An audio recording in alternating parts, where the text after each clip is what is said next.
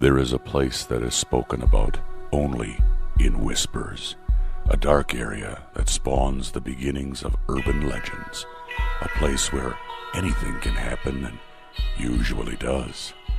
During the light of day, it hides just outside of view, but when the sun goes down, spirits, creatures of the night, roam free, and things do go bump in the night. It is in every state and every country, and there is no escaping it, no matter how safe you feel behind your locked doors and latched windows. So we invite you to turn down the lights and turn up your radio while we join Dave Schrader and Tim Dennis, your hosts, on a journey into the darkness on the edge of town. Hello all, thank you for tuning into the best in paranormal podcasts. This is Darkness Radio, your home for the best in paranormal talk radio, 16 years and counting. I'm your host, Dave Schrader, along with me, Tim Dennis. You've heard the rest. Now stick with the best. Darkness Radio is here every weekend. Every weekend? Well, I guess if that's when you listen to it, but we come out every week. Every Tuesday is True Crime Tuesday, Wednesday, Supernatural News Parashare, and Thursday we have guests. Tomorrow, Tim, we're going to take a deep dive into the Alaskan Triangle with Mike Ricksecker. Triangles seem to be a very dangerous geometric pattern, dude. Oh, I guess so. Unless you're Ed Grimley and you're playing a triangle. And no, that's true. Yeah, it's not very dangerous at all. Yeah. No, not. All right, you got me. Yeah. You got me, Tim. Yeah. Mr. Knows Better Than Me. Son of a bitch. We got a couple of entertainment news stories to cover. Uh-huh. I don't know how I feel about this first one, especially with the advent of Walking Dead, Fear the Walking Dead, The Next Generation, whatever the hell that other show is called. World Beyond. World Beyond, and now they've got Tales of the Walking Dead coming out, the Carol and Daryl Walking Dead series. Well, Sci-Fi Channel has decided to throw their hat into the ring as well, following up on the George Romero world of zombies. Groundbreaking filmmaker George A. Romero remains the strongest influence on the zombie horror subgenre in the spirit of his popular films, as evidenced in the latest trailer for Sci-Fi's upcoming television series, Day of the Dead. First of all, they should have called it Days of the Dead, because this isn't going to take place in just one day, right? Right, yeah. Inspired by the 1985 Romero film of the same name, the exclusive trailer shows the residents of a small Pennsylvania town scrambling to survive as the undead rapidly swarm around them with an insatiable hunger for the McRib sandwich, Tim. And because it's not there, they have to settle on human flesh. You know, that gross alternative. Well, not the country rib sandwich from Arby's. I mean, it's a little tough, but I'm sure their little zombie teeth can get through it. No, I guess not. No. The trailer quickly makes its way clear that while this may be a television show, it will not skimp on the gory bloodletting that has been a hallmark of zombie movies, as many townspeople are seen falling prey to the ravenous hordes rising from their grave. Sci-Fi ordered a 10-episode first season for Day of the Dead in early 2020, with the series developed by showrunners and executive producers Jed Elinoff and Scott Thomas, set to premiere on October 15th. The show follows 6 locals that try to run and fight their way to survival within the first 24 hours of the sudden zombie outbreak. A first look trailer for the series debuted this past July as part of Sci-Fi's Comic-Con Home 2021 presentation. This year has seen a noted celebration of Romero's work, 4 years after the highly influential filmmaker passed away, leaving behind a legacy of zombie films across a nearly 50-year career. In addition to Day of the Dead television series, Warner Brothers Animation released Night of the Animated Dead, an animated adaptation of Romero's seminal 1968 film Night of the Living Dead, boasting an all-star voice cast, and that came out in September. And this I'll say about that, Tim, I don't like it. I don't like the animated, and I like animated films, and I was all for it. I'm like, I'd like to see an animated version. I don't care for the animation style. It just, it's generic. It's like, you know, I don't know. It's especially when you see, you know, games like Resident Evil and all of those other things, the video game animation is far superior to this adaptation. So that kind of took me away. And I know they were going for the minimalist look of that stark George Romero look, but it's too stark. Yeah. It's very, I don't know. I didn't like it. And they may have great voices. I can't even tell you who was in it. And I watched it. So Josh Duhamel, I think, is one of the voices in it. But that's, I think, the only one I can remember. Okay. The Sci-Fi Day of the Dead looks good. And maybe there's enough Walking Dead fatigue that people would look to a new series to see if there's some new way to reinvigorate it. But I don't know. 2 active zombie series seems like one too many to me. Yeah. I think, to be honest with you, I think once the main Walking Dead series wraps up, I think it's time for a little bit of a break. Yeah. I don't think we're going to get one. I think they're going to just keep rolling. Yeah, true.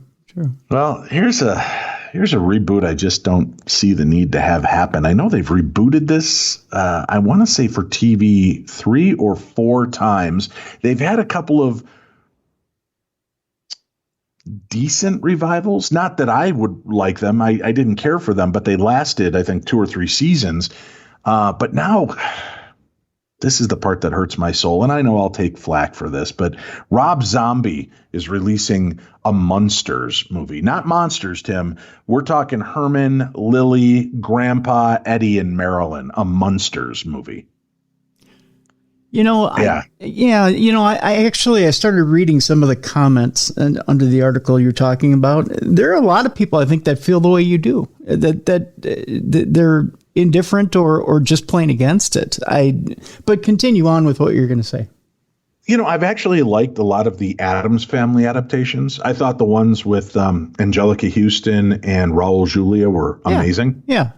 And I love Tim Curry. I was not crazy about his 4th version of that when, I think Raul Julia had died and Angelica Houston stepped away. And by that time, the kids that were playing Wednesday and Pugsley had kind of aged out of the role. Yep. I just didn't care for that iteration. It had some moments, but it just, missed something for me. There was some charm missing. Yeah.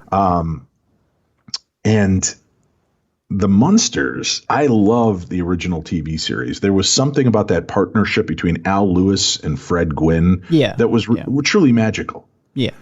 And the whole cast, Yvonne DiCarlo, even Butch Patrick. What an interesting, fascinating cast. And if you don't believe me that Butch Patrick was integral, go look at the original, and you could find it on YouTube. The original pilot, there was a different kid named like Happy Medium or something. I can't remember his last name, but he played Eddie, the first version of Eddie Munster, and it's fucking horrible. Horrible. I would have beat that kid and stuck him in the basement with the dragon. Jeez. Slathered him in some like dragon sauce so that Spot would have eaten him. Wow. He was horrible. So that you can see that each person really brought an interesting element to the story. Even the 2 Marilyns, Pat Priest, it was weird, right? 60s loved to just change out characters. Yeah. But so he's released his first, I guess, images from the Munsters movie. It's kind of the cast of the reboot. Rob Zombie took to Instagram to officially confirm that Jeff Daniel Phillips will play Herman Munster, Sherry Moon Zombie, oh God, will be Lily Munster, and Dan Roebuck will be Grandpa Munster. He captioned a picture, "Since Halloween is rapidly approaching, I thought it was the perfect time to meet the Munsters. Direct from the set in good old Hungary, I present Herman, Lily, and the Count sitting in front of the newly completed 1313 Mockingbird Lane. Zombie recently revealed that 1313 Mockingbird Lane set had been built from scratch to imitate the original. What a difference 7 days can make. 1313 is looking good. Lots of work to do here, but it is getting there. Takes a lot of work to build an entire neighborhood," he wrote in September. He also built the Munsters' neighbors' homes on Mockingbird Lane. Zombie has been sharing the process on social media. Last week, he wrote "Greetings from Hungary," a.k.a. 1313 Mockingbird Lane, alongside a picture of the house. The Munsters doesn't have an official release date, but will be released in theaters and on the Peacock streaming service. Again, the original aired for only 2 years. Isn't that hard to believe? Yeah. It must have been. Well, it started in 64, ended in 66. So I can't remember if it was 64, 65, and 66. So it might have been 3 years of the series. Seasons, Such a great show. And I just, the images look decent, although nothing comical looking about the characters to me. No. Sherry Moon Zombie looks like a pretty girl in a Lily Munster wig. Herman looks more monster than he does Munster. Yep. And I don't get the big handlebar mustache on Grandpa, but I guess everybody's got to add their own little addition, right? That's exactly what it is. It's just Rob Zombie doing a different twist on a classic character. But is this going to turn out to be a horror movie? Is it going to be a comedy horror? Is it going to be a comedy, a hybridization of all? First of all, we don't need a Munsters movie with cursing. Yeah. And gratuitous violence and such. I love the original Halloween series. I just last night laid down and watched Rob Zombie's Halloween just to say, now that I've seen the two newest iterations, what do I feel about? And I still hate it. The whole backstory to Michael takes away from the true evil. Yeah. I love the original. Cute little kid just kills his sister and never speaks again and turns into this dark void of monstrous killing. And there's no need to understand why. Evil is, and that's what it should be. Not some kid who is part of a dysfunctional family with a stripper hooker mom and a deadbeat stepdad who's, wants to bang the stepdaughter. And it's just that whole backstory was horrible. Yeah. Yeah. And then the rest just felt, I don't know. You don't like Loomis. Like Loomis is kind of that was not the kind of hero you expected in a movie. Right. But he was great for what he was. And Malcolm McDowell's take on him just makes him this kind of P.T. Barnum shystery huckster who's out treading and making millions, selling this kid's tragedy. And it feels weird. I just didn't enjoy it. But again, those are the twists that I think Rob felt like he needed to put in there to give you more and better. And it didn't need to be there. It was the flair and the extra to be put there to make it what he thought would be bigger and better. And it just was extraneous, pardon my language, bullshit. And it's distracted from the story. Yeah, exactly. And sometimes simpler is better, like you're pointing out. Mm-hmm. It's just if you just keep it simple, stupid, which is what we're always taught in media training. Keep it simple, stupid. Keep the story simple. Sometimes it's more of a shocker to keep it simple, where people can follow along and it delivers more punch that way. If you get to the story right away, people get the idea. You don't need to develop a complicated character to get the same effect, Yeah, I agree completely and wholeheartedly. So that brings us to a movie review. I watched Halloween Kills. Mm-hmm. I'm having a moment of deja vu. I didn't already do a review on this, did I? Well, we talked about Bond last week. Okay, right. For some reason, I don't know. Maybe I'm tapping into an alternate reality of myself. But so Halloween reboot a couple years ago, right? 2018, I think it was. They decide that they're going to reboot the series and forget everything that happened after the quintessential classic first movie. So the first movie remains canon. Halloween becomes the new movie.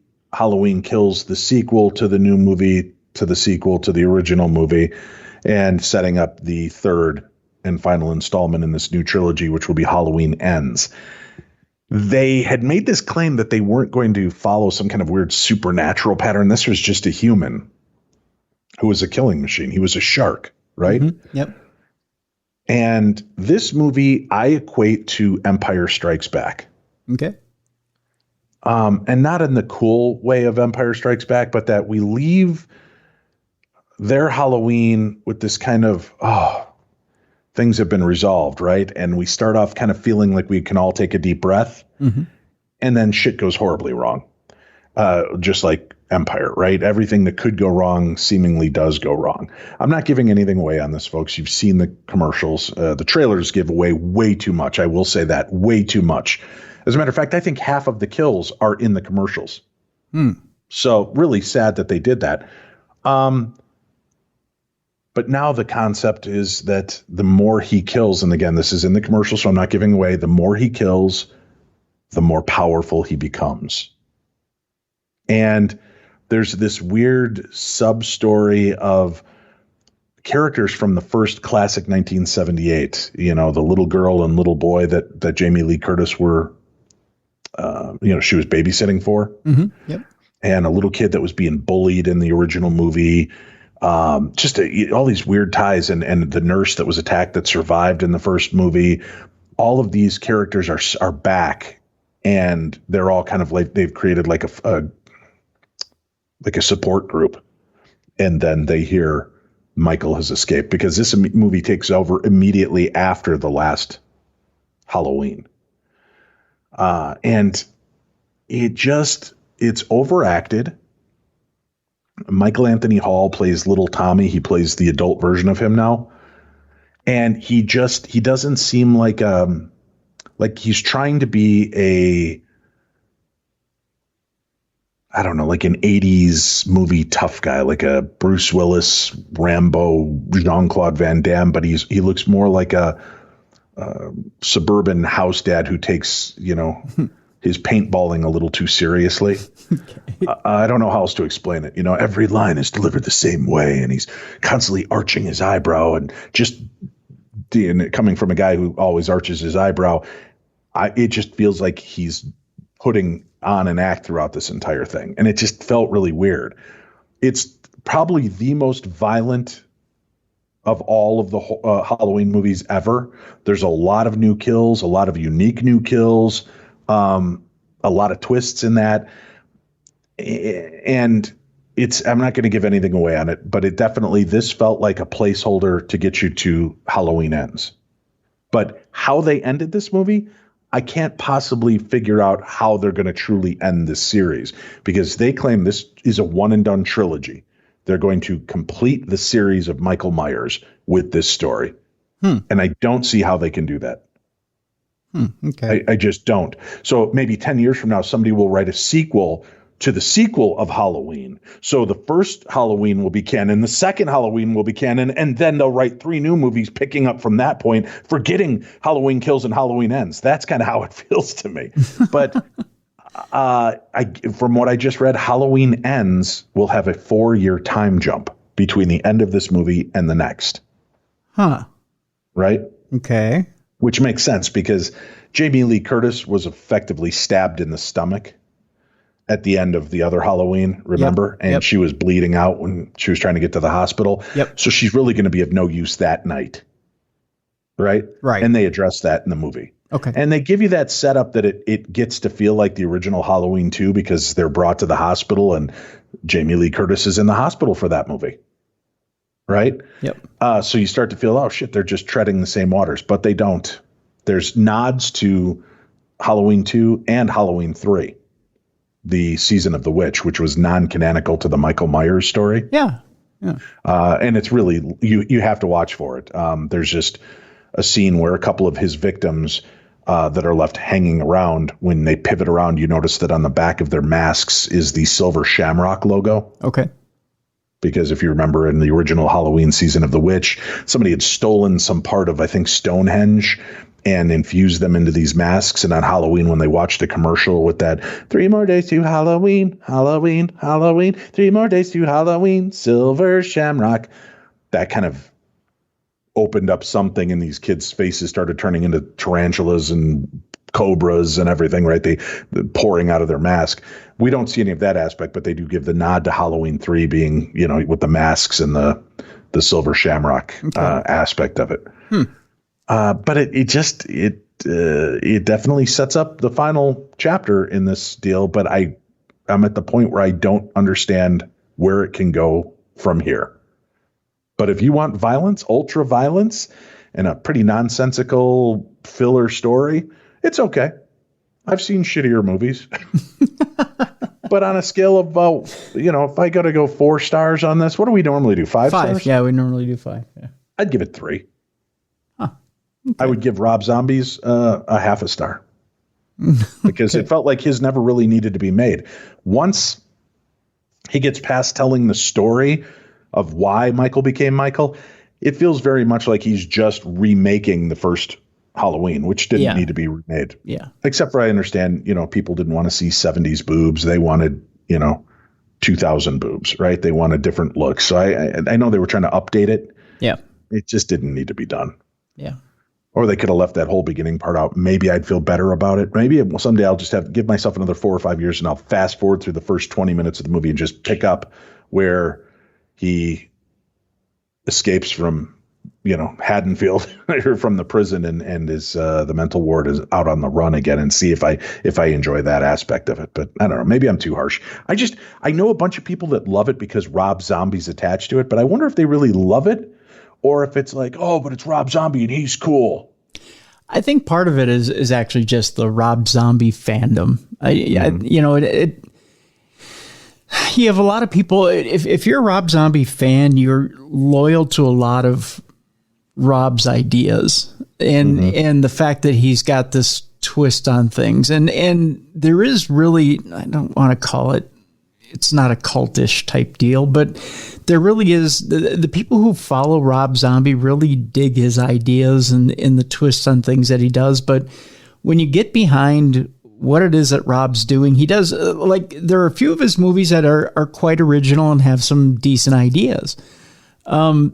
But the stuff that he tends to tackle that are remakes, he doesn't put a lot of originality into or a lot of thought into. He works off the source material and he doesn't really put a lot of thinking or originality but behind the twists. It's kind of like he lets the source material speak for itself and, I'll throw a little dash of something here and a little dash of something here and we'll let it go from there.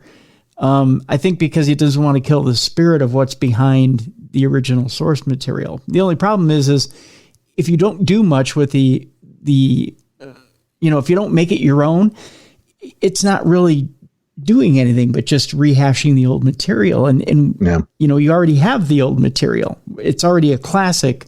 Why are you just rehashing it? Yeah.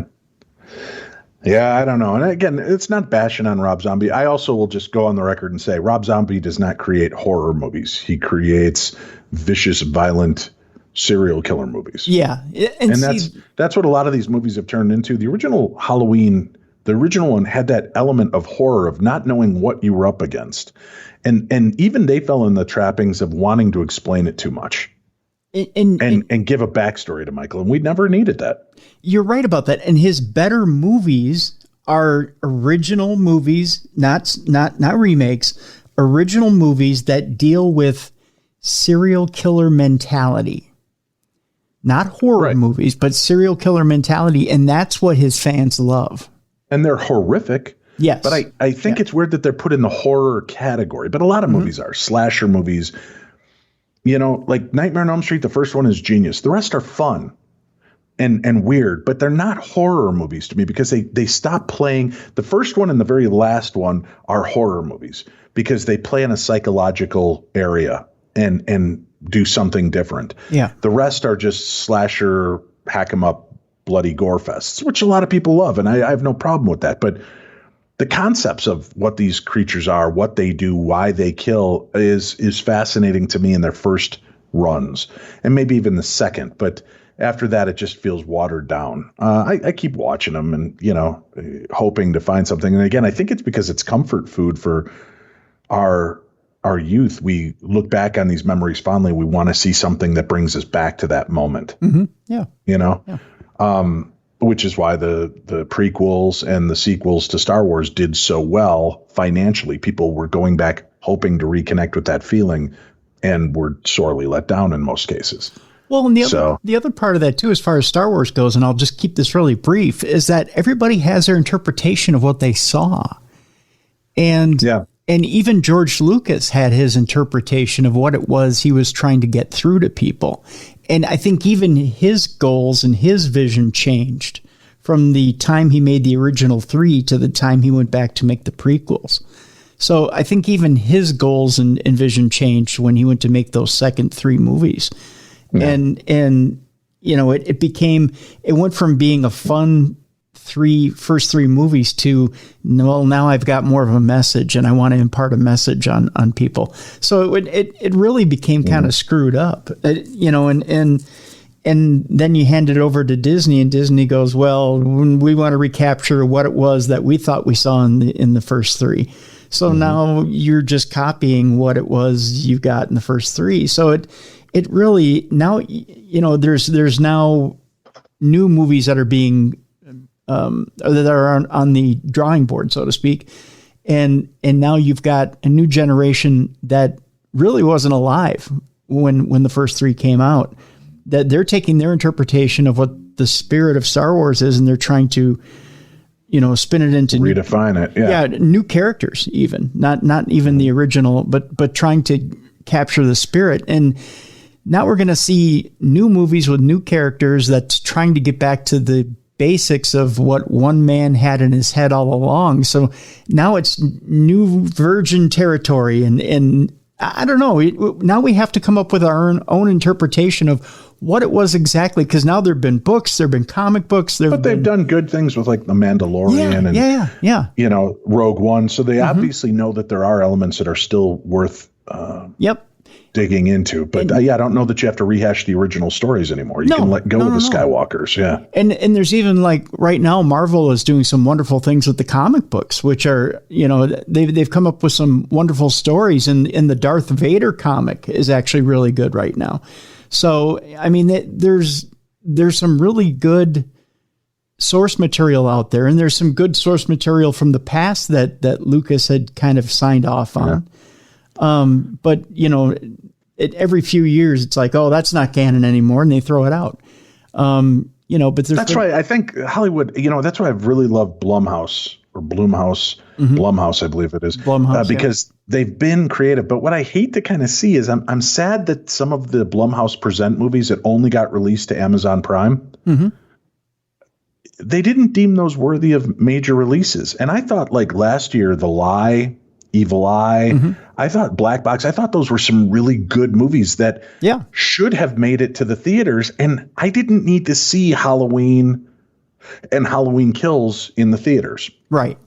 And obviously you can watch it on Peacock. Yep. But everybody that's watching it kind of seems that same way. It's like, it was okay, but no real story. It's just a massacre from start to finish. Yep. And, a definite setup for the third and final movie, which now everybody's hoping is going to be incredible. So let's just hope it doesn't end with Ewoks singing and dancing. But I don't know. I'd love to see them continue their originality. I don't need a Sinister Six. I don't need Insidious 12. I don't need I shouldn't say Sinister Six because that's a comic book, but the movie Sinister, the series. I think they're on their third or fourth movie now. I don't need to see more. Just keep giving me original. Like the original Sinister was amazing. I will say the Insidious series actually got better as it progressed, but that's a rare aspect. I just want to see horror again. The Conjuring movies have done well because they tap into the elements of real horror as opposed to just gore and violence, which has its place. But when you want horror, what really scares people is getting into their heads again. Yeah. And that's, not just finding a new inventive way to murder somebody. That's shocking. That's not horror. Right. That's horrific, but it is not psychological. And that's crazy to me. But man, if you are a person who has survived any kind of abuse, this new Halloween movie might not be good for you trigger wise. It is so violent to so many people. It's crazy. Hey, Dave and Tim. That's how this email starts, Tim. Hiya. I was recently listening to your episode with Donna Frankart about her book and experiences as a deputy coroner, and it reminded me of two small stories which I wanted to share with you. I was a 911 dispatcher for our local sheriff's department for just over a year. I dispatched a welfare check called in by the nephew of an elderly cancer patient because his mail was starting to pile up, which is never a good sign. When the sergeant arrived, I radioed in saying he thought he had seen the curtains pull back and someone peek their head around the edge. Once the entry was made, the unfortunate but unexpected discovery was made that the elderly gentleman had in fact died. Once the guys got back to the station, the sergeant came up to dispatch to grab records for his report. Having a good relationship with him, I jokingly asked him if he thought he saw a ghost, not knowing how he would respond. He said, it very well could have been. Now, when I was 14 and a freshman in high school, I didn't have a lot of friends right off the bat. My first friends were two sweet, Star Trek-loving, band-going senior guys. This story is about one of them, Scott. Scott had an enormous heart, but he struggled with depression. I was naively unaware of this at the time, and come April, the school intercom made an announcement that Scott had passed away from suicide. I've always been sort of intuitive, but mostly with things just between my mother and I. We have an uncanny knack of being able to tell one of us is going to call each other before we do. I chalk that up to just being an only child and mainly just hanging out with my mom for 18 years. But I had a dream shortly after that announcement where I was standing in our cafeteria with Scott. We were both acutely aware that he was dead in the dream. He discussed the entire situation with me, gave me a hug, and left. I haven't had a dream about him in 14 years since. I wholeheartedly believe that it was his spirit returning in the only way he knew how, to help me make sense of an incredibly tragic event. After the Donna Frankhart episode, I reached out to Donna as one emergency responder to another, as I shared a lot of the same PTSD nuances which she shared on the show. It sounds like we both marginalized these experiences, go figure. And again, that's their writing, not my snarky remark, but have helped us both grow spiritually. Thank you for that connection. Tim, thank you for the follow on Twitter. That is such a rare thing in the paranormal celebrity world. You both are very interactive, and as a fan, it means a lot. And that comes from Ontario. You're very welcome. So there you have it. That's some interesting stuff, huh? Yeah, very much so. Hey, Tim and Dave and Tim, you two both hold a special place in my heart. Today I was doing some errands in a different city than I normally shop in. I was in a big retail type store, and I was sort of just wandering the aisles looking for the craft department. And I was walking down an aisle all by myself, and a nickel landed beside my cart on the right-hand side. I stopped and I stared at it. I had heard, uh-oh, from a young-sounding voice, and I thought, well, that's odd.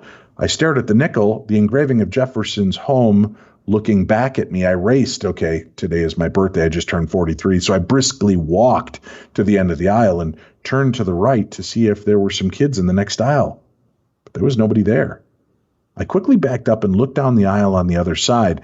Two old ladies, blue hairs, LOL, were slowly making their way down the aisle. I couldn't picture them saying, uh-oh, that I had just heard, the voice sounding very young. I swear, you guys, I looked around, I looked up, I looked down the aisles. What just happened to me? I texted my mom and aunt, and they both said I had a visitation on my birthday. I feel like this is just one of those raft moments Mark Anthony was talking about. I need to go read his book. Any insights? I know you two, I know you don't like these broad little clips of our lives, and then we ask you to explain everything to us.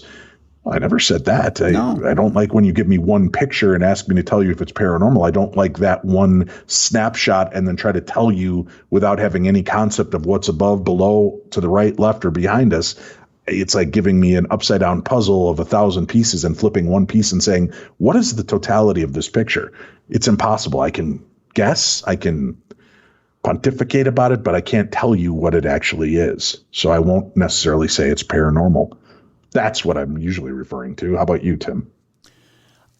If you tell me about what it was you experienced, I can give you a slight guess. But if Right. it's a picture, I have no clue. A picture can be easily manipulated. If you tell me Right. a story, well, that's your account of what happened, and I can give you a slight guess as to what happened. Again, I wasn't there, but I can give you a slight guess. Now, she says, it's just because we know how beautifully gifted you two are at interpreting our lives, LOL. Just kidding. But on a serious note, I lost a special little girl about 1.5 years ago. She was 8. She was like a niece. So she was a niece to me. If that was her today wishing me a happy birthday, then my heart is filled to the brim with happiness. But do you know anything about a nickel or what 5 means? Just please, I don't want to be soulmates with Chad Kroger. Ha ha ha ha ha, she says in the letter. I guess I just wanted to share this cool experience with people. You two are some of my favorite spooky guys, and I wanted to share this special birthday visitation with you. Love you too, and that comes from Val. Well, Val, here's the thing. Our interpretations aren't as important as what yours is. And if you feel like this was your niece coming to you and just giving you a sign, and that was important to you on your birthday, then that's what it was. That's what your heart tells you. Then let it be filled with that love. Let it have that moment and kind of marinate in that happiness of having that connection again. And I don't think anything else we have to say could make that any better.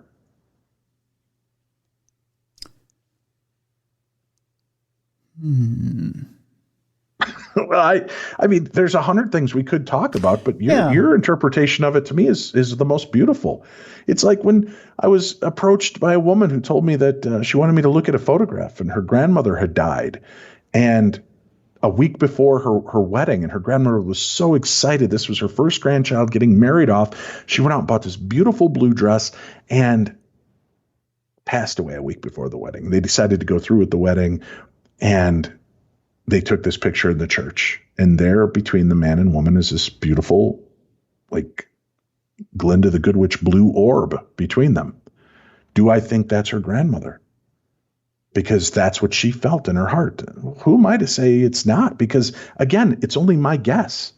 And as I'm not a fan of orbs, and I've mentioned that 1,000 times, probably 1,000,000 by now, if you felt a sense of that, and that grandma was there, and that orb was blue, much like the beautiful blue dress she had purchased, who am I to take that away from you? And who am I to interpret something that I'm not there to witness or understand? So in those cases, and it's not me being or placating you, but I wouldn't be so insensitive as to say, well, it could just be some jackass doing a TikTok video from the other aisle and flung a nickel over the deal to see if you could hit your card. Because I don't know. I mean, yeah, there's 1,000 things it could be, but you know what it also could be? It could be that your niece made her way to you and let you know on your special day that she loved you and she was there with you. If I could add or that you need to listen to Nickelback. I don't know. Maybe that's it. Oh, there's that too. If I could add one thing here, Dave, this is why when I say you could give me a story and I could only guess because it's only your account of it, this is the one time where you left some very, very specific details out of the story, which would have helped explain a little bit more as to what it was. And I'll tell you what I mean. Whenever I get a penny from heaven or some sort of currency that's put in front of me, the first thing I do is I check the date on the coin. Because the date on the coin sometimes is a message as to what exactly it is I'm holding. So, for example, I'll tell you what I mean, Dave. You have the nickel in front of you. If the date on the nickel or the year on the nickel is the year that you were born, it might have been a happy birthday message to you. If the year on the nickel was the year that it was the niece, right? Yeah, her niece. Her niece. If it was the year that the niece was born, it might have been the niece just reaching out and saying, I'm here, and I'm here wishing you a happy birthday. That's the one piece of information that I guess that's missing for me to tell you for sure whether that would have been her. Now, my guess is just simply that, if I had to guess, it probably was your niece just saying, happy birthday to you. I guess that would be, my best guess in this scenario. Sure. But without certain bits of information, it's hard to give you an answer for sure. But there's certain details you always want to make sure you give the most details in a story before you pass along to somebody like Dave or I. So there you go. Yeah, those are interesting elements of it. Mm-hmm. And even if the dates don't corroborate with anything, again, if you feel that you're making a connection, that's the important thing. That's why in a lot of the things I do in investigations, I don't go in with a whole ton of equipment. I'll let my tech, Shane, or the tech I'm working with now, KD, deal with a lot of the equipment, and I'll participate in some of the experiments. But I really am there more for the experiment for myself of being immersed in that moment and having that experience. And I don't need you to believe me. right? This is an experience I went in to have to try to understand what was taking place. And if it makes sense to me and I had that, that's something I take away. And I take that, that's like the perfect souvenir. So sometimes the supernatural is up for interpretation. And listen, we could rain on everybody's parade, including everything I've ever experienced, and probably come up with logical or neurological explanations. But it doesn't mean that it's any less magical. Yeah. Figures of Babylon. The oldest drawing of a ghost has been found in a British Museum exhibit vault. A 3,500-year-old image tablet of a miserable male ghost gives up its secrets. Its outlines are faint, only discernible at an angle. But the world's oldest drawing of a ghost has been discovered in the darkened vaults of the British Museum. A lonely, bearded spirit being led into the afterlife and eternal bliss by a lover has been identified on an ancient Babylonian clay tablet created about 3,500 years ago. It is part of an exorcist's guide to getting rid of an unwanted ghosts by addressing the particular malaise that brought them back to the world of the living. In this case, a ghost in desperate need of a companion. He is shown walking with his arms outstretched, his wrists tied by a rope held by the female, while an accompanying text details a ritual that would dispatch them happily to the underworld. Dr. Irving Finkel, curator of the Middle Eastern Department of the British Museum, said the absolutely spectacular object from antiquity had been overlooked until now. It's obviously a male ghost, and he's miserable.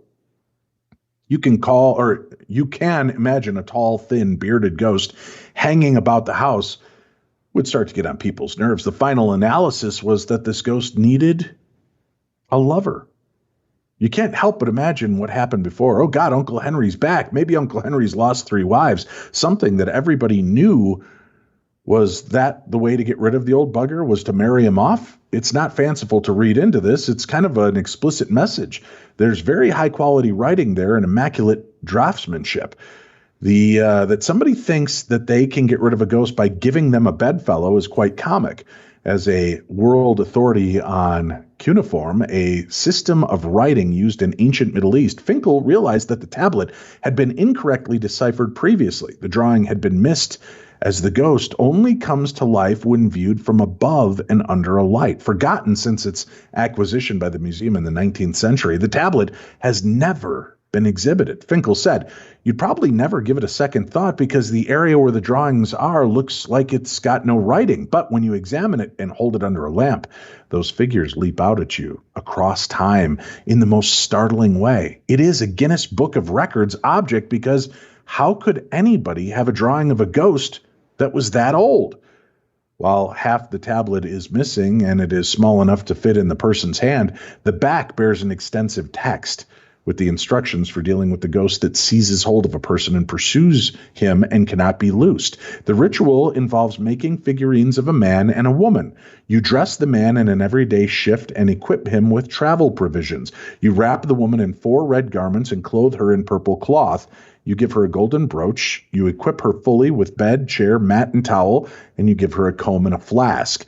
At sunrise, towards the sun, you make the ritual arrangements and set up 2 carnelian vessels of beer. You set in place a special vessel and you set up a juniper censer with juniper. Then you draw the curtain like that of a diviner. You put the figurines together with their equipment and place them in position and say as follows: Shamash, god of the sun and judge of the underworld by night. The text ends with a warning, do not look behind you. Finkel believes the tablet was part of a library of magic in the house of an exorcist in the temple. The ghost has appeared just in time for Halloween. Its discovery features in Finkel's forthcoming book, First Ghosts, Most Ancient of Legacies, to be published on the 11th of November. He himself has never seen a ghost, even in the shadier vaults of the British Museum, which is riddled with ghosts, he said. In the King's Library, more than one person has seen a head and shoulders moving along, but at a peculiar height that was dismissed by skeptics. But it turns out that the original floor under the present floor was actually lower, which means that they were about right. He hopes to exhibit the Babylonian tablet, noting that such an artifact brings us closer to our ancestors, all the fears and weaknesses and characteristics that make the human race so fascinating. Assuredly, were there in spades 3,500 years ago. I want people to know about the culture. Egypt always wins in Hollywood. If the Babylonian underworld is anything like it was described, then they're all still there. So just remember that. A nice creepy way to end it. Yeah. Yeah. So strange stuff with ghosts. Speaking of, I believe that we have an audio daily double. Is there really more paranormal activity in the fall? Let's listen in and see. October is a time to celebrate spooky things such as vampires, ghouls, ghosts, and other paranormal activity. But is there really a correlation between the fall and paranormal activity? I think people are looking for the creep factor, and fall time is Halloween season. It's creep factor without a doubt. There is less daylight during the fall because of the autumnal equinox, and there is a chill in the air as temperatures drop throughout the season. With the celebration of Halloween also comes very spooky and horror-filled decorations and costumes, like zombies, murderers, and even death itself.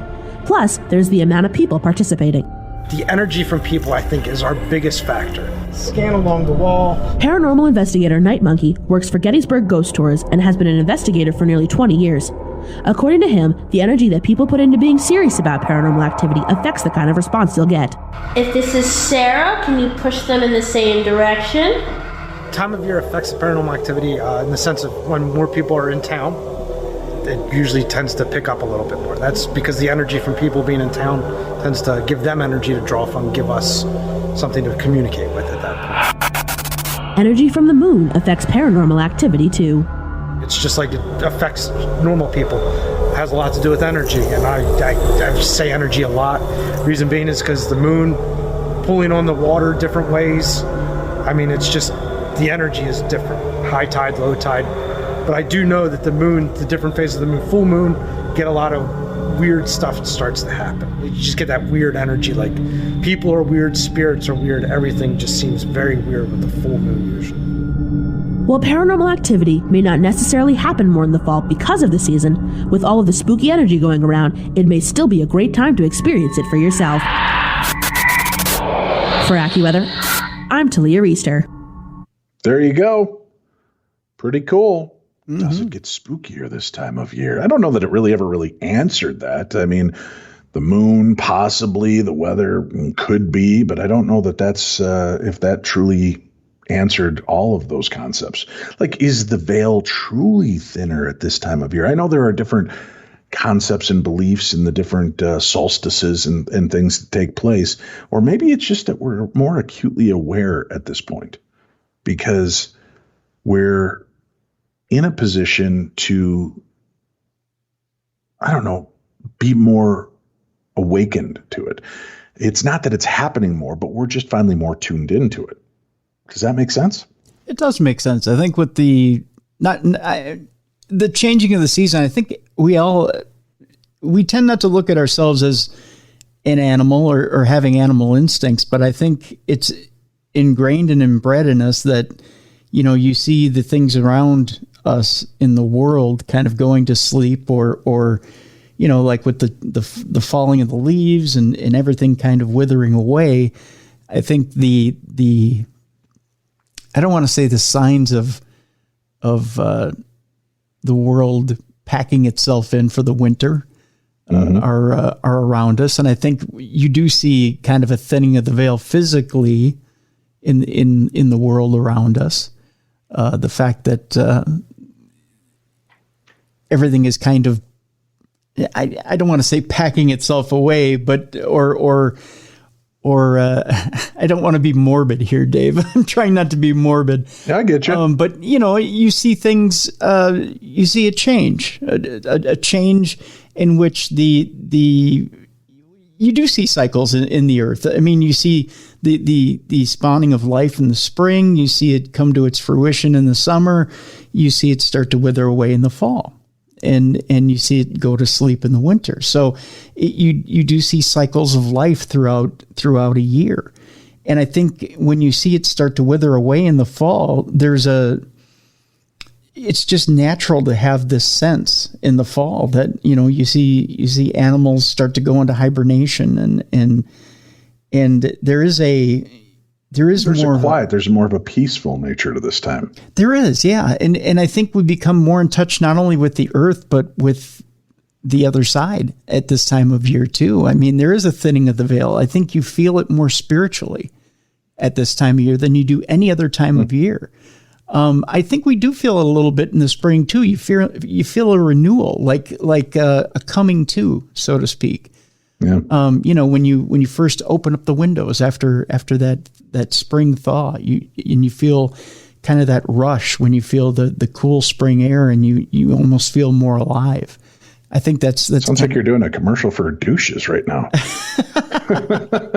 Well, it's more of cool spring fresh air. It's that feeling that you're coming to. I think we are more connected than even with technology and all this other stuff. I think we really are. We've disconnected ourselves more from the world, more so in the last 20, 30 years than we used to be. But I think really, I think we still have that sense ingrained in us that we do feel that thinning of the veil more so in September, October, and even into November. All right, let's do this. We're going to take a quick break. When we come back, we've got another story to share. And Hugh Hefner's ex says that the Playboy Mansion had ghosts, and she recognized one of them. Stay tuned. We'll discuss that and more when we return to the best in paranormal talk radio. This is Darkness Radio.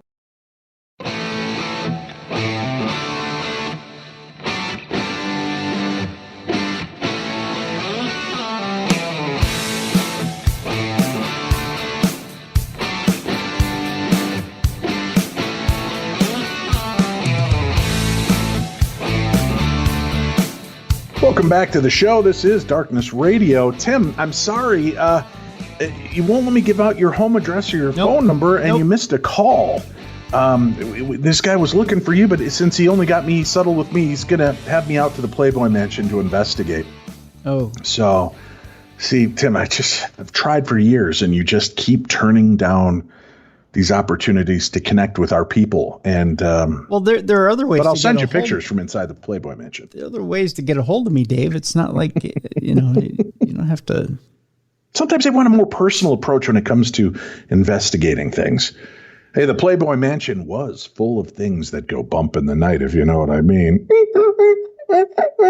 According to one of Hugh Hefner's ex-girlfriends, they weren't the things you're imagining. Bridget Marquardt, a former Playboy bunny and one of Hefner's many ex-flames, recently revealed that she once saw an apparition in her bedroom at the Playboy Mansion. Marquardt, perhaps best known as one of the stars of E! Network's The Girls Next Door, made the claims on an episode of the Dark House podcast, saying she spotted the ghost while hanging out in her bedroom with her sister and a friend. All of a sudden, out of the corner of all of our eyes, we see a young woman standing in my closet area. And there's no exit out of there. And I'm on the second floor, and there's no other doorway in my room, Marquardt told the podcast hosts. She had long black hair, kind of stringy, Marquardt said. She was very pale, very skinny, wearing a white T-shirt that looked way too big on her. And she had on like black acid wash jeans, and she was just standing there staring. Upon seeing the spirit, Marquardt said, her friend immediately started crying, while her sister remained in shock. But even though the ghost vanished almost immediately, Marquardt claims she recognized the woman as a social secretary at the Playboy Mansion, whom she met long ago during a test shoot. By the time Marquardt came to live with Hefner years later, she said the woman had passed of cancer. I'm pretty sure that was her standing there, and I think that she came to see the new addition to the mansion, Marquardt said, referring to a dog she adopted that same day. She came to see our new pet. Marquardt's stories didn't end there, though. She also claimed that Holly Madison, her co-star on The Girls Next Door, had once seen a female apparition in the mansion's gym, but didn't really believe her own eyes and didn't know how to wrap her head around that. People have ghost stories dating back decades, added Marquardt, who now hosts her own paranormal podcast called Ghost Stories. Hefner, she said, often used to tell of a previous inhabitant who suffered a fatal fall in the hall. Marquardt, too, said that she always felt something off about the game room in particular. The housekeeping staff shared similar concerns, she said, claiming that They had always heard doors slamming and some of the games turning on by themselves. I just never felt right when I was in there, said Marquardt. Marquardt also said that Hefner came to her in a dream shortly after he died, but claimed his presence felt too real for it to just be a dream. He said, "My darling," and he put his arm around me. She said, "I could feel the hug. I could feel his smoking jacket. I could smell his cologne. It was real." So there you have it, Tim. Things going bump in the night at the Playboy Mansion, which I'm sure was very active at certain points in time. Oh, I'm sure. Yeah. Hey, guys, I refuse to put one of you first, as I think you're both awesome. I've had many unexplainable experiences throughout the years. The first one I remember was seeing my dead twin brothers, whom I never met. They died at birth. When I was about 8, I remember drawing them and asking my mom if that was what they looked like. She didn't know, but I swear I saw them in my mind and knew exactly what they looked like. At about the same age, I remember seeing what I called the little green men. I don't tell many people about this because I know how crazy it sounds. These little gnomes, they looked exactly like Dutch garden gnomes dressed all in green. They'd appear and play peekaboo with me. They were never any females, just males, and throughout the years I saw them less and less. They could be very fast, and eventually it got to a point where I would just see flashes out of the corner of my eye and know that it was them. Eventually they disappeared altogether. And when I think about it, they disappeared around the same time that I left that state in my late 20s. One time, one of my exes and I decided to spend the night at his grandparents'. They lived on a mountain in the Alleghenies. It was pretty secluded where they lived, with only 3 houses on the whole mountain. As we both worked night shift, we decided to go for a walk. It's like 2 a.m., and as we're walking back, I saw a flashing light in the field. At first, I thought it was a lightning bug, but it got closer and closer and bigger and bigger, and eventually stopped blinking. Before I knew it, a large spherical light about the size of 3 basketballs was floating by my side. It followed us all the way to the end of the driveway and then just vanished into thin air. Another thing that happened on that same mountain was we had a cat die. And as we lived in an apartment, we had nowhere to bury it. We decided we would go to his grandparents and bury it there again at like 2 a.m. because of the hours we worked. As we're leaving, I looked in the rearview mirror and I could have sworn I saw the shadow of a man in a cowboy hat in the back seat. I looked up again and it wasn't there. We got home, and as we lived on the 2nd floor, we opened and closed the ground floor door. It opened and closed again behind us. We got upstairs and opened and closed the top door. Again, it opened and closed behind us. The hair on my arms stood on end. I didn't feel like it was friendly. I went to the bathroom, and again, the door opened and closed behind me. I sat on the toilet and actually cried for what seemed like forever, just because of the vibes I got from it. Eventually, I felt better, and it never happened again. In one house I lived in, there was a back room where I was told a young lady had been on dialysis. I know she died, but I'm unsure if it was in the house or not. I had many strange things happen there. My ex and I slept in separate rooms because he snored too loudly to sleep through. One morning, I saw a hand open my bedroom door. It had woken me up. I thought it was my ex, but when I asked why he opened my door that morning, he had no clue what I was talking about. Another night, I woke up to the sound of my Furby going off. Yes, I was in my 40s and owned a Furby. Anyway, it woke me up. I looked up and decided, and the curtain flew up in the air as if wind was blowing it, but the window wasn't open. I woke up to the sound of the Furby. Oh, good God, my eyes are jumping all over this letter. Sorry, this is why it's good to put paragraphs, kids. Helps Uncle Dave read better. I looked up and decided to stay the night. I gave her my bed and slept in my ex's bedroom. I joked with my ex that his ghost girlfriend was going to probably try to kill me by knocking all the boxes next to me onto the bed and on top of me. I was totally joking, but sure enough, those boxes that had been there for years with no issues fell on top of my head. I also often would feel my bed move as if someone would sit down on the bed next to me. It felt like it was a male, though, so I believe there were 2 entities there. I eventually moved. I have stories for days. As I don't have much time here, I guess I'll just end for now. Thanks for the best entertainment. I listen to you guys every day at work. You make me laugh. You make me ponder. And best of all, you make my work day just fly by. And that comes from Lisa. Thank you, Lisa, you ghostly tease. All right. What else have we got in the way of articles, Timothy? Hey, you know what I was going to ask you about real quick before we get to the next article? Have you seen the new Chucky show on Sci-Fi? I have not. I've been busy filming this TV show, and it's weird hours. And then when I get back to my room, I like settle in and watch a couple episodes of Scrubs to get my mind out of the weird shit I've been in all day dealing with the supernatural and some really freaky ass stories. So that's just been kind of my go-to. And then weekends I spend watching a little football and just decompressing. So I have not watched much in the way of any of the new horror stuff. How do you like it? I liked it. I liked the first episode a lot. Just a quick overview. It centers around a teenager who's an artist. He's he's bullied a lot in his high school. He's gay. He gets picked on for that. He's kind of awkward, and he actually, what's kind of cool is in his art he uses dolls. So he's building this massive doll. It's kind of creepy, actually, kind of a creepy doll, like a sculpture type deal. And his mother is dead. She died in an accident.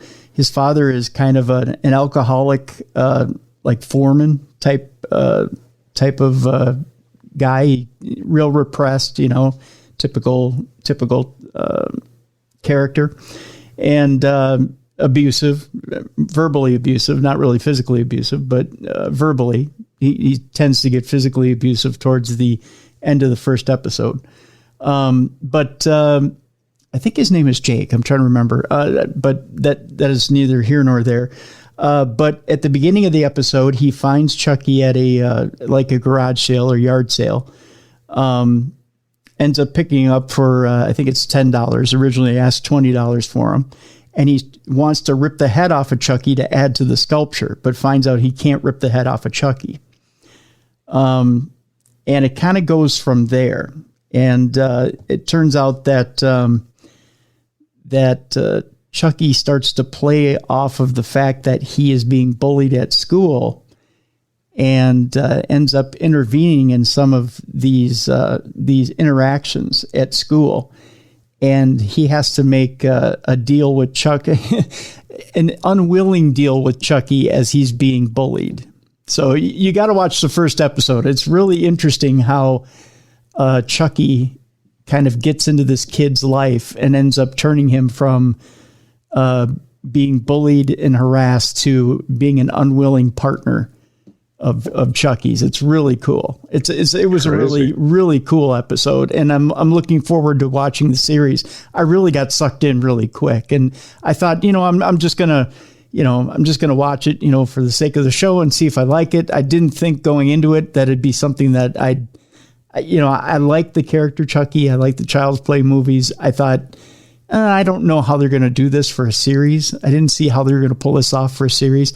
I now know how they're going to pull this off for a series, and it's really, really interesting.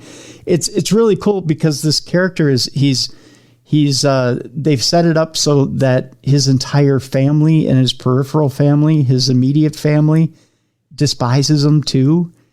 And they've got secrets. I mean, it's really well built. There's some rich characters in this family of his. They set it up really well. So I would encourage you, if you haven't seen it already, check it out. It's on Tuesday nights, 9:00 Central, 10:00 Eastern on Sci-Fi. So, and you can check it out. Sci-Fi has a YouTube channel. If you haven't seen it already, you can also check it out on YouTube as well. There's replays there. And on Peacock. If you have Peacock, you can catch the replays on Peacock too. Very cool. So it is on Peacock. All right. Paranormal Reserve vodka is made in the most haunted locations in the United States. With Halloween season upon us and people looking for the right kind of treats to go with all the tricks, one thing that will be a big novelty for a lot of Halloween partygoers is a new line of vodka from Harridan, which is being put out in limited release. Harridan's Paranormal Reserve line was made by storing the vodka in 3 of the most iconic haunted locations in America, including the house where the events of The Conjuring allegedly took place. So if you're looking for something to really make your Halloween party stand out this year, you better get your claws on this. For our first Halloween since launching Harridan, we wanted to create something first of its kind for our fellow paranormal and occult enthusiasts, says Harridan founder and CEO Bridget Taylor in a press release. As a brand inspired by the witches and those mistaken for them of the past, it felt natural to create the ultimate spirit for the holiday that celebrates them. For context, the Harridan brand is named for a bossy, belligerent old woman and seeks to appeal to drinkers' growing societal interest in spirituality, mysticism, and self-determination. Bottles of Harridan's Paranormal Reserve line will be available for purchase in select New York City liquor stores starting on October 13th. Orders will also be shipped out across the nation to any interested consumers. Bottles of Paranormal Reserve vodka, Tim. Mm-hmm. They come with a fancy wood box, a certificate of authenticity, cloth gloves for handling the bottle, and there will only be 60 bottles total. How much do you think it's going to cost you for a bottle of Paranormal Reserve vodka? I'm going to shoot low here, and I know it's probably going to be much higher, but only 60 bottles. I'm going to say $1,000. Of the 60 bottles, only 36 were placed in the Conjuring House in several of the iconic locations seen in the film. Another 12 bottles were placed in the Villisca Axe Murder House in Iowa, in an attic where 2 killers allegedly hid before brutally murdering a family of 8 with axes. The final 12 bottles were placed in West Virginia's infamously haunted Trans-Allegheny Lunatic Asylum in the room where lobotomies were performed on violent inmates housed there, and maybe a few others. Obviously, from the information in the rundown, Harridan's Paranormal Reserve vodka line will be a true collector's item for either Halloween horror diehards and or alcoholics, Tim. It also seems like the start of an actual horror movie, one where you may scream at the characters on the screen for doing something foolish, like taking spiritual infused vodka, Tim, at $140 a bottle. That's it? That's all. See, I was going to shoot low and go $250, but I thought if there's only 60 in the world, they would probably go $1,000. Well, my birthday is coming up. That's all I'm saying.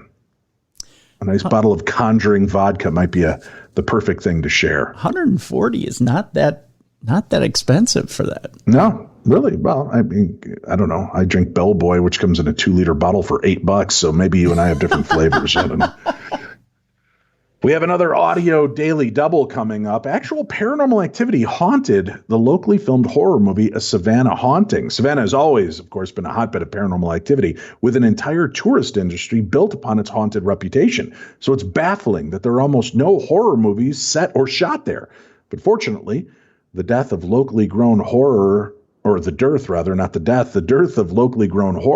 has been addressed by actor William Mark McCullough from Lucky Logan, American Made, and Hillbilly Elegy, who recently wrote and directed A Savannah Haunting, a suspenseful supernatural drama that was not only one shot in Savannah itself, but was inspired by true events that took place there.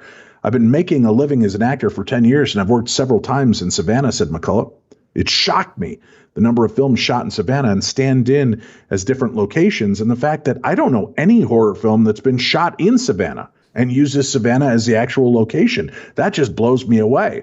A Savannah Haunting, starring Gina Shaw, Dean West, Tommy Rose, and Anne Harriet Pittman, is about a mother struggling with guilt over the tragic death of her daughter. Her family moves to Savannah from California to escape the terrible memories, but once they're in their new home, the mother believes that she is being haunted by her dead daughter. A Savannah Haunting has been touring the festival circuit and is making its next stop at the SCAD, the Savannah Film Festival, as part of its After Dark Countdown to Halloween program.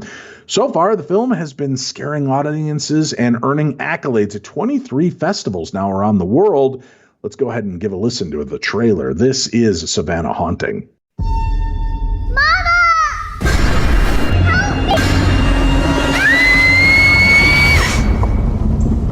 Okay. Yeah.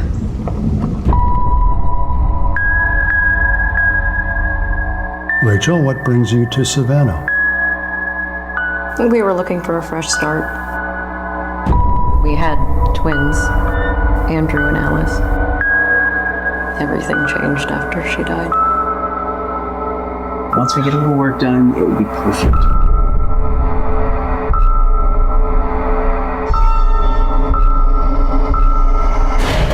I have a really good feeling about this move.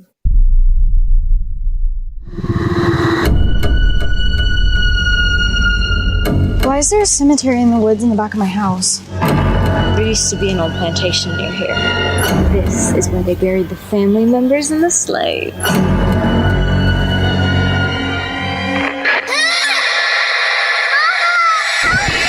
I keep hearing things. Seeing things. You made her angry, Mommy. Who, baby? You know who. I think I'm being haunted by Alice. I heard stories about this piece of land when I was a little girl. What are you talking about? There are breaches in the walls of hell. One of them lies beneath this house. She didn't come back home. Fallen ones aren't meant for this world. They'll change you unless you get out while you still can.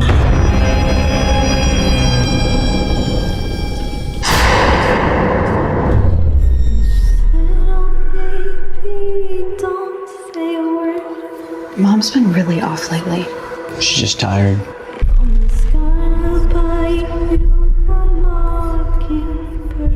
What are you doing? I wanted to make sure Andrew was all right. Why do you have a knife? I'm really worried about Rachel. Rachel hasn't coped very well with the death of Alice.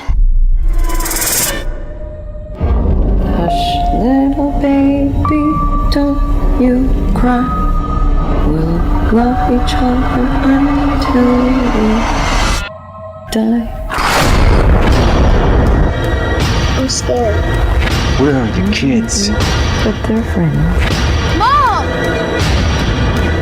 Why are you in my house? Oh my God.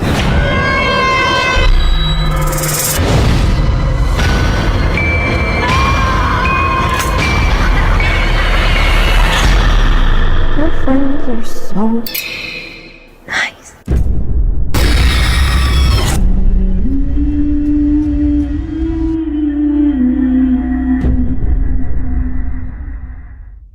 Looks pretty good from the trailer, actually. Kind of spooky and scary. I hope it makes its way out to the major theaters and not just like a streaming service somewhere. That looks like something much better than a direct-to-DVD kind of horror movie. Yeah. All right, Tim, big claims in this next headline. We have to see if it's going to actually live up to its expectations. I always kind of laugh at these when I get the headline, 7 absolutely horrifying ghost encounters at historic San Elizario. On the outskirts of El Paso, past Socorro, lies San Elizario, steeped in history dating back hundreds of years, and one of the most haunted areas in the region. Sitting just 20 miles east of downtown El Paso, the city is notoriously known for the 1877 Salt War of San Elizario. After a dispute over rights to the salt deposits just west of the Guadalupe Mountains, several men died, including being chopped up and dumped in a well. I got to tell you, even with that accent, chopped up and dumped in a well still sounds kind of sexy, doesn't it? It does, yeah. Listen. Quite a bit, yeah. Several men died, included being chopped up and dumped in a well. Yeah, maybe you should explain to newbies what that popping sound is whenever you hear that voice. I don't know that I should. It's a mixture of my virility as a father. Yeah. And that voice. Yeah. Pretty much anybody that's listening, hearing that voice is probably now pregnant. So that's what you hear when you get that. Yep. San Elizario is also the site of the first Thanksgiving. 23 years before Columbus. Interesting. In 1598, the Spanish explorer Don Juan de Ornate requested the friars traveling with them to say a mass of thanksgiving, followed by claiming the land for the King of Spain. For hundreds of years, San Elizario has been the backdrop for so much turmoil and death, and today, the treasured little city is the home to some of the most active paranormal sites in the region. From another shadow person to La Llorona. How do you say that? La Llorona? La Llorona. La Llorona. Roaming the area to haunted restaurants and homes. These and many other haunts are happening daily in San Elizario. Number 1, Pistoleros. When visiting San Eli, as they call it, you might want to stop by Pistoleros near the plaza. Built in the late 1970s, the restaurant also doubles as a venue. It has a mini theater that lends itself perfectly for dinner theater presentations. Yes, team, terrifying dinner theater presentations. Ghosts appear on and off at Pistoleros. They walk between people. They take the stage as footsteps and clothes are heard rustling along with sounds of applause when no one is around. A few years back, during a ghost tour, the Paso del Norte Paranormal Society captured 3 consecutive photos of an attendee standing at the back of the theater. In the last picture, a hand is visible near the lady's left shoulder, and the expression of fright is seen on her face, Tim. That is the first horrifying story from San Eli. Real quick, just say for me, would you like to see my pistolero? Would you like to see my pistolero? Wait, that wasn't good. Hold on. I can't. That was weaker even. That was. How about a good old-fashioned? Yeah. Here we go. Yeah. How about the Los Portales Museum and Visitor Center, Tim? Los Portales used to be a school way back in the day, but now it is a public museum and probably one of the most haunted. Stories tell that a little girl now appears every once and again, stepping out of the shadows, emerging to a group during a recent ghost hunt only to disappear back into the darkness, leaving behind a cold spot and freaking out everyone present. In another instance, the Paso del Norte Paranormal Society captured audio of a female singing with an EVP device. Visitors have also claimed to experience scratches and whip marks on their bodies after spending time in the building, while others have seen shadowy figures move about the museum at night. That was a little more terrifying, I will say. Yeah. Next, we go to the haunted field, Tim. Next to the Presidio Chapel and a public park is an open field that was the original cemetery for the chapel in the late 1890s. Locals talk about seeing ghostly images around the same field as over 200 bodies still remain buried there today. That wasn't really a terrifying story so far. No. 1 out of the first 3 are good. Number 4, the Ellis home. Charles Ellis was a prominent merchant killed during the Salt War of 1877. Only a wing of his large adobe hacienda remains today, but don't kid yourself because, while it's a historical treasure, it's also very haunted, as people claim to have seen a shadow of a man that roams the premises. I'm beginning to believe that the headline, she is not living up to expectations, Tim. Yeah, not so much. Let us visit now the hanging tree, number 5. The oldest and largest pecan tree in the valleys lives in San Elizario. And to the locals, it's known as the hanging tree because it was the tree where prisoners would be hanged for their crimes. Locals also talk about shadowy figures spotted near the giant pecan tree and faces appearing in photos between the leaves. During a recent visit, a photograph was captured that seems to show a ghostly image appearing along the tree's trunk after taking 3 consecutive pictures in the dark with no flash. And yes, it is rather creepy and standing out there in the darkness. Again, not most terrifying, I don't think. Let us now go to the old county jail, Team. Team, are you with me on this? I'm with you. The old county jail, she was built in 1850 and was made famous thanks to Billy the Kid. After breaking into prison to rescue a friend and then locking the guard in the cell and throwing away the keys, while the infamous jail still stands today as a museum, it is also the site of many haunts. At night, locals say they hear noises, dim, and knocks coming from inside the jail, and gaunt faces appear in photographs taken by visitors. That was better, I think. And finally, number 7, the haunted convent. Many years ago, the Presidio Chapel had a convent that was once attached. Today, that convent is now a private residence. However, it is also well known that after the convent had been closed, fetuses and baby stillborns were discovered buried in the convent's adobe walls. That is the worst insulation I have ever heard. Yeah, it doesn't work very well. No. Stick with Corningware. While San Eli is a treasure trove of historical importance, it is also full of strange paranormal activity, making our list one of the most haunted El Paso locations on the borderland. Again, let us review the title of this article. Hey! Yee-hee!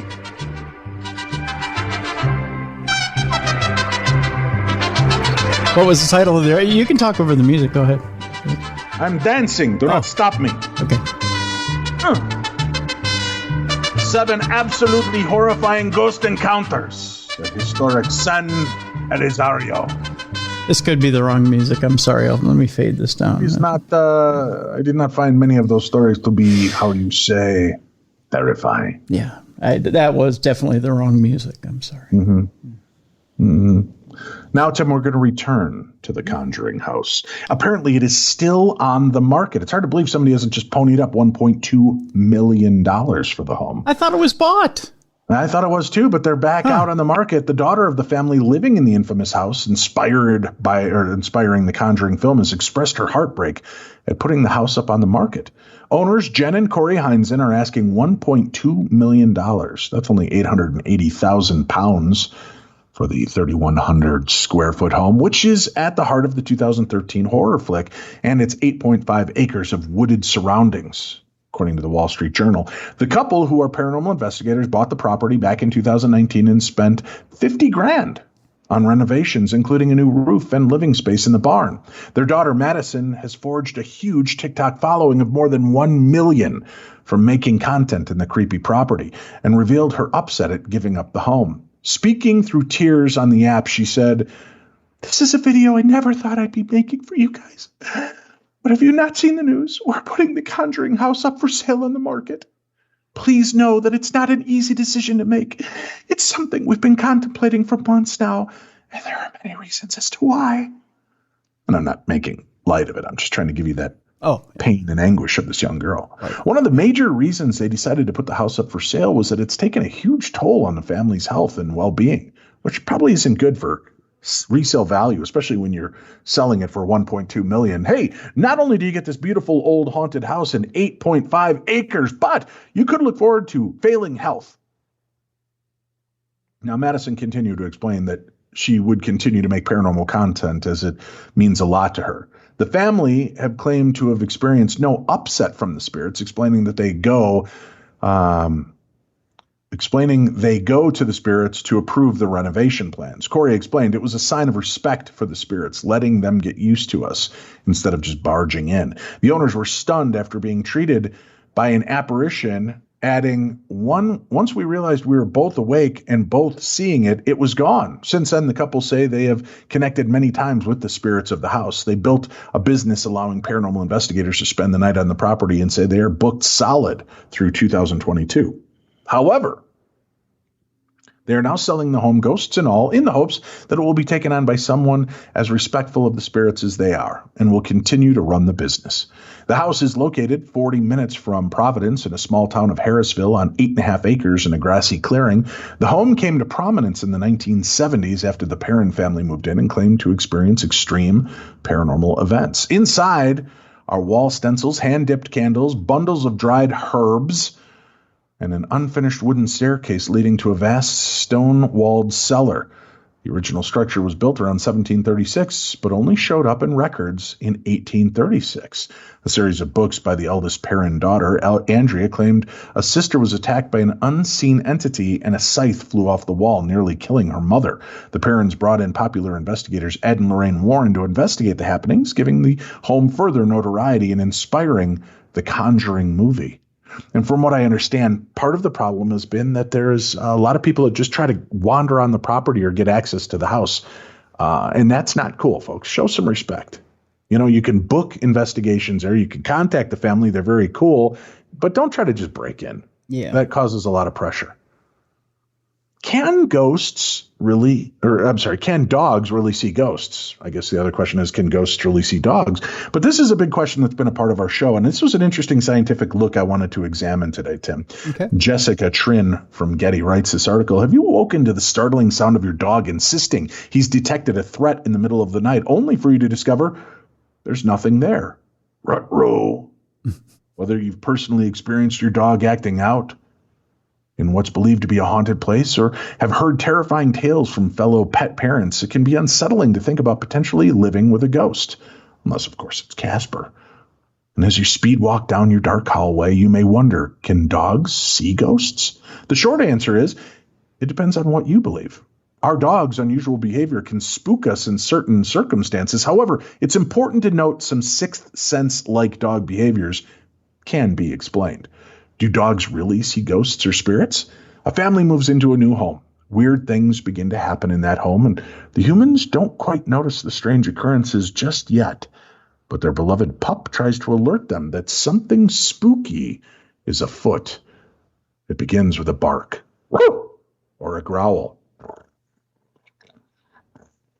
Spoiler alert, the house is haunted. It might be time to skedaddle. Now, is this just a horror movie trope, or is there some truth to these happenings? According to YouGov's 2019 poll, more than 4 in 10 Americans believe paranormal entities like ghosts, demons, and other supernatural beings do exist. Over 1/3, they said, have had firsthand experiences feeling the presence of a spirit or ghost, like Jinky Scoob. With that in mind, it's possible our canine companions can see or feel the supernatural too. Well, certain behaviors suggest that they, the dogs, could sense paranormal activity and ghosts, says Sarah Jane White, animal behaviorist, trainer, and enrichment expert at Ruffle Snuffle.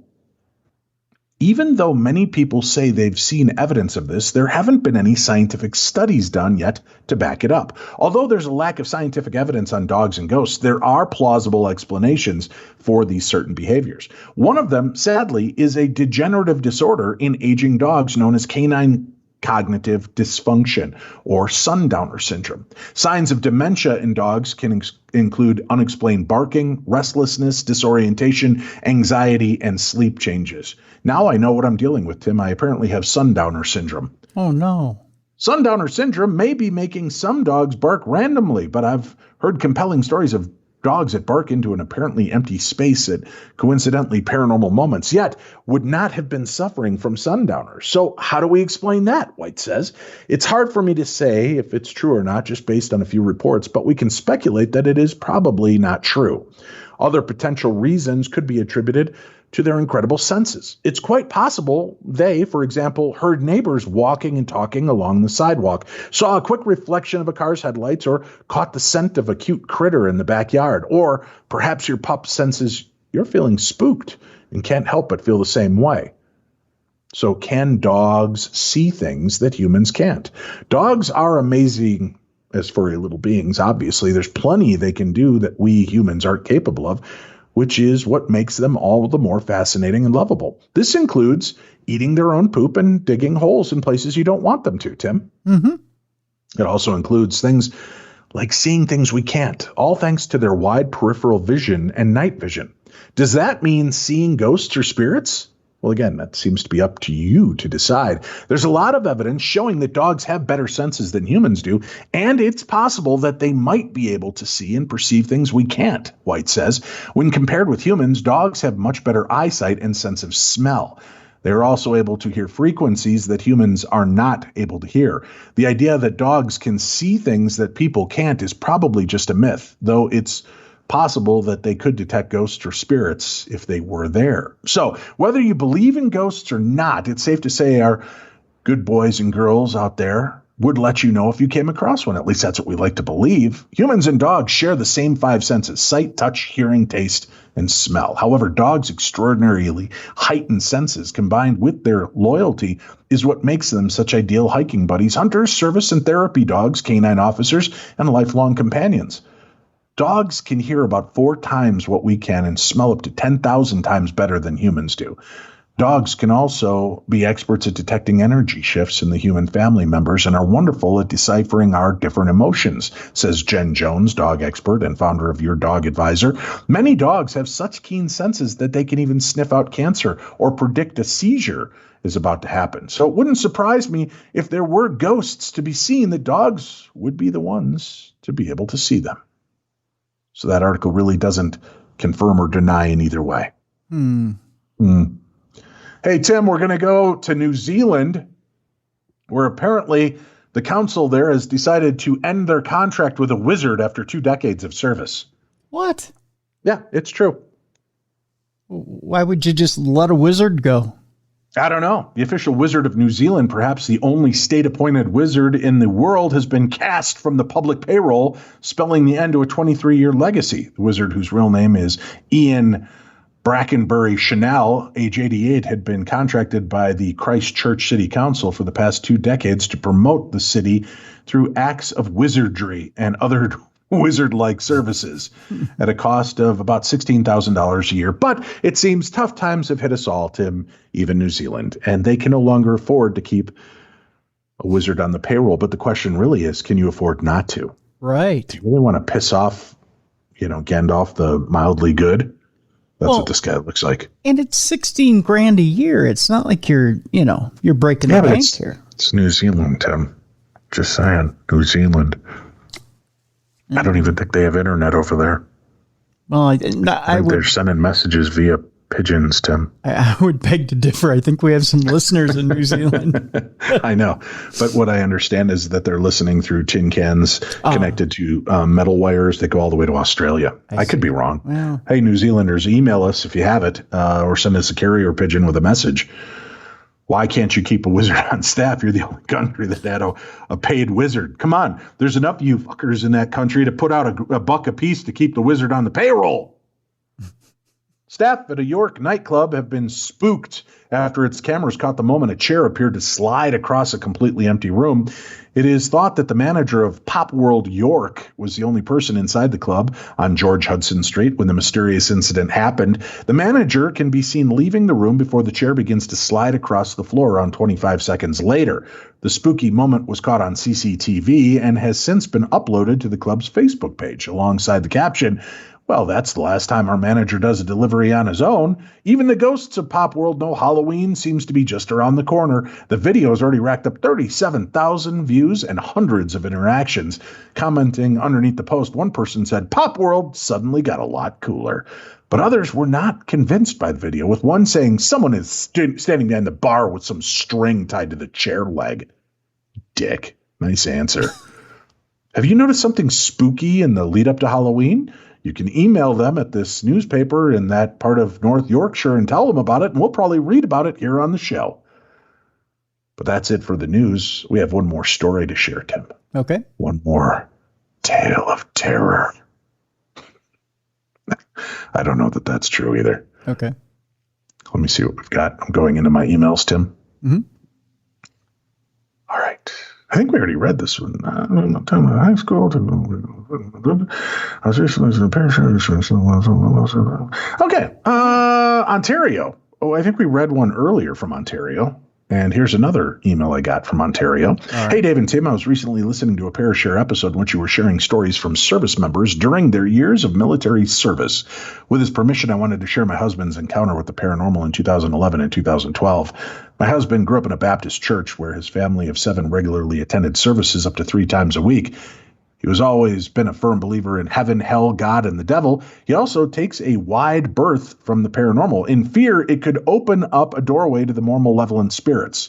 I grew up as an only child, always taking interest in the paranormal, crypto, and the macabre. His only rule in our 6+ years time together is that there will never be a spirit board in our home. I believe this is important information in order to fully explain the next story. My husband served in the Marine Corps for an extended amount of time right out of high school. His story takes place at Marine Corps Base Camp Lejeune near Jacksonville, North Carolina. My husband was not involved in the spirit board session, but was in the next room over. During what I can only imagine was a boring evening, one of the Marines brought a Ouija board back to the barracks. From what I've been told, this Marine was a little rough around the edges and hadn't had the easiest upbringing. He set up the Ouija board with his roommate and attempted to make contact with whatever would answer. After lights out, this Marine woke up in the middle of the night and was seeing dark creatures crawling all around the walls and ceilings. This scared him enough to where everyone else was woken up due to the commotion. Shortly after, command staff had to permanently ban spirit boards from the building because of the fear and waterfall of events it had caused. After experiencing this, the Marine was in the church every Sunday and always had a Bible on him. Whatever he saw had scared him into a major life change. Today, my husband is a fantastic sport about touring haunted locations with me and supporting me and expressing my interest in the paranormal in whichever way I see fit. However, still, no spirit boards allowed. I had messaged Dave on Twitter following an episode of Darkness Radio in which you both had been discussing the 21 Club and numerology with a guest speaker. He had explained in numerology 9 and its multiples represent completion, as it is the last single digit. I explained to Dave that I had grown up in rural Iowa school, where every 4 years a senior died at the age of 18. In 2011, it was cancer. In 2007, suicide. 2003, murder. And the number age 18 being a multiple of 9. I am working on researching this and chasing it back as far as I can. Once I finish, I'll submit that story as well. Thank you for reading, and feel free to use my husband's story on air. Well, not only is the number 18 a multiple of 9, but in numerology, you take the 1, you add it to the 8, you get 9 again. So there's another aspect of it. Yeah. Creepy. Thank you, Ontario. Our final email is here, Tim. Hello, Dave and Tim, or Tim and Dave, whatever the flavor is currently. Before I get into the meat and potatoes here, meat and potatoes, I wanted to let you know that I'm a few months behind on your show, so forgive me. Life has been a tad ridiculous lately, and I haven't had time to sit down and listen to the masterfully created and produced content that you two deliver. I will say that since I started listening from where I left off, one thing really stands out that I think people need to go back and try. I listen to the show via my Alexa device, and even though your content is filled with hilarity, much of the time there was nothing that compared to the Alexa announcing the title of one of the past Supernatural News episodes from April 7th of this year. Oh, I remember this. I play it on my Alexa at home, so I'm like, Alexa, play Darkness Radio April 7th episode. It's like, Darkness Radio, episode, phenomena, do. That was the name of it. Oh. Ooh. Alexa, turn off. Oh my God, it just keeps going. Alexa, turn off. I forgot I have one here with me. I keep it in the bathroom at my hotel so that I can listen to music and keep me entertained. But I forgot that I'm a room and a half and away, and I didn't say it that loud, but it still heard me, Tim. It's always listening. It is. Anyway, this person said, I had tears rolling down my face as I listened to that over and over again, like 20 minutes. Hey, I'm easily amused, but I digress. The actual reason for this email is a very real concern I have about the last couple of years of slow government disclosure of the existence of UFOs or UAPs, Tim. UAPs. WAPs. Yeah. And the complete lack of attention or interest in these stunning developments by the general public, at least the American public. I mean, one of, if not the biggest questions in thousands of years of human history is, are we alone in the cosmos? That answer, it would seem, is on the very cusp of finally being answered. Yet we suddenly live in a society that cares more about what the little housewives are going to do next or what we're going to dress our fur babies up in for Halloween this year. The lack of attention to the issue goes well beyond just people like you and I, who many just consider having that interest as kind of a hobby. This is something that is turning out to be a very real and could reshape humanity in its direction, probably soon. Again, though, when I try to bring the topic up to other people in many different settings, it's poo-pooed. This concerns me on so many levels that I can't explain how deep this concern goes. It's like I'm stuck in a bubble of reality that's floating around in a fog filled with zombies. Zombies, Tim! That's what the letter says. It is. It's in parentheses and all capitalized and bolded. Zombies, Tim! You should be more worried about Skynet. I'm not trying to simply be an alarmist. I'm trying to get all the people to wake up to the realities of actual danger. For instance, whether or not one believes in man-made global climate change, much larger issues loom, of which all of science agrees on. An asteroid impact, for example. All of science agrees that asteroid impacts have been a constant throughout history of our planet, and that we are long overdue for another extinction-type impact. Yet, most in society couldn't care less, even to the point of wanting to defund space programs.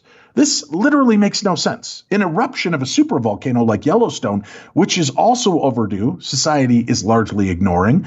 In fact, most major issues of which society did pay attention to just a couple of decades ago are now thrown to the side. Even the twit from the movie Independence Day, who was standing on top of the building with a welcome sign for the aliens before taking a death ray to the face, at least showed some interest. If aliens showed up like that today, people would think it was cool, but would make sure to check that their last Twitter post of their kitty pawing a ball of yarn to see how many reactions they got before their interest in the giant spaceship surrounding the planet.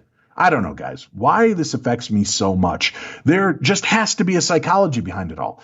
It's more than unnerving that the whole of humanity just doesn't seem to have a care in the world today, like they did just a short time back in history, about the major questions humans have been asking, almost since standing upright. It seems that the more technology brings the world closer to us all, the more we seem to be desensitized. Maybe that's the plan. Anyway, please keep doing what you're doing. As always, you help me through my workday and give me entirely too much to think about afterwards. That comes from Matt from the soon-to-be evaporated state of Ohio by an alien race. Well, it could be that. It could be the fact that we have been seeing things. We just lived through an attack in the United States in 2001, a giant pandemic that just attacked our country for 2 years. People may just be like, God, I don't want to think about more creepy-ass shit like alien invasions. Maybe that's where it's at. They're just, we're already overloaded and oversensitized to the strangeness in the world around us, that maybe people are just like, I have no more room for one more thing. Maybe that's it. I don't know. I think you're right about that. But I think the other thing is too, is you have to look at it this way too, Dave. And I think people aren't going to like this answer either. And that is, how come you can't hike up your big boy panties and take a look in the mirror and say, why can't you handle a little bit more? I think truthfully, I think it's because we have been hit from the MTV generation on with quick flash, boom, boom, boom, boom, boom, boom, so much. I think we were all kind of hitting an overload point. I wouldn't be surprised to see if in the next 5 to 10 years, people turn completely away from technology because they're just overstimulated. Well, a lot of that is, if you think of your technology as just another mirror, you keep looking in the mirror and going, me, me, me, me, me, me, me, and you don't look at the things around you. And you don't care about the things around you. And I think that's a lot of what Matt's talking about. Why do we not care about the things around us? Well, we're so busy looking at things with a mirror, television, social media devices like tablets and phones and things that talk back to us and tell us, look at me, look at me, look at me, that you're so busy looking at things that involve yourself that you don't look at things around you. And that, if you look at it this way, those little mirrors also take you away from your family. They take you away from relationships. They take you away from the world and the people around you. Sometimes not far enough away. No, I gotcha. I see that element of it. I don't know. I don't know. Like I said, I think there's a lot of things at play here, but maybe it's also because there's still a big enough portion of the planet that just doesn't believe that it's not catching on, So you got the people that are like, I haven't got time for this. And then you've got the other part of the planet who's like, I don't believe this. So until we have that holy shit minute in the sky when they're hovering over our major capitals, which is truthfully at this point, that's what it's going to take, because your non-believers are not going to believe till they see it for themselves. Exactly, and the believers are already there. So yeah, and you're right. It's going to take a world event where, literally a UAP shows up right on the front step of the White House. And whether it be the president or vice president comes out and shakes hands with an alien, or it blows the entire White House up, one or the other. That's the type of event it's going to take in order for something like that to make people wake up and go, hey, they're real. That it's going to take that in order to shake people and go, okay, now we know we're dealing with something. Humans are not wired or hardwired to believe anything past the end of their nose. We can speculate, and we can talk about speculation, and we can dream, but to think that actually exists, we have to really kind of get to the point of delusion to get to the point of thinking that something that's not real is real. Well, take what you will from it, folks. I don't know that any of us have the real answer, but there's a lot to consider in what's taking place in the world around us, and we'll be here to continue examining that with you. Tomorrow we'll be back when we discuss the Alaskan Triangle with Mike Ricksecker. So thank you for tuning in. Supernatural News Parashare. We hope you enjoyed our time together. We'll be back again tomorrow with more of the best in paranormal talk radio. You've been listening to Darkness Radio.